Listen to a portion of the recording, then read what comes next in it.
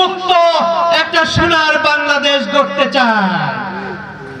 শেখ মুজিব বলছিলেন সোনার বাংলা গড়তে চাই, আফসোস করে বলছেন সোনার বাংলাদেশ গড়ব, আমার চারদিকে সব চাটার দল, আর সারা দুনিয়া পায় ভালো ভালো খনি, আমি পাইছি চোরের খনি।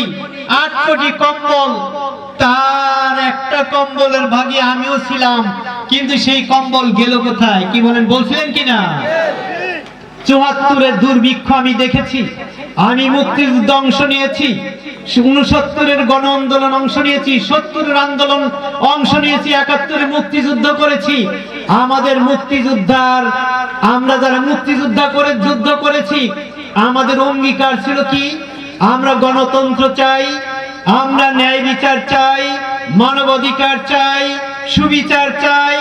এই সুবিচার, গণতন্ত্র, ন্যায় বিচারের দাবিতে মুক্তিযুদ্ধ করেছিলাম, কিন্তু আমরা ন্যায় বিচার প্রতিষ্ঠা করতে পেরেছিলাম?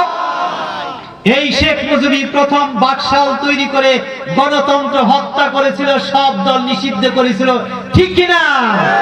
এই শেখ মুজিবের কন্যা গণতন্ত্র হত্যা করে ফ্যাসিবাদী ডামি নির্বাচন, ভোটার ছাড়া নির্বাচন করে গণতন্ত্রকে হত্যা করেছিল। আমরা গণতান্ত্রিক ভাবে, নিয়মতান্ত্রিক ভাবে একটা সুন্দর শান্তি স্বস্তির বাংলাদেশ গড়তে চাই। আপনারা কি চাঁদাবাজ মুক্ত বাংলাদেশ দেখতে চান? আপনারা কি ধোঁকাবাজ মুক্ত, ঘুষ মুক্ত, সুদ মুক্ত, বৈষম্য মুক্ত বাংলাদেশ চান? আমার ছাত্র জনতা, ছোট ছোট ছাত্ররা আন্দোলনের স্লোগান দিয়েছিল, উই ওয়ান্ট জাস্টিস, আমরা ন্যায় বিচার চাই, আমরা বৈষম্য মুক্ত দেশ চাই।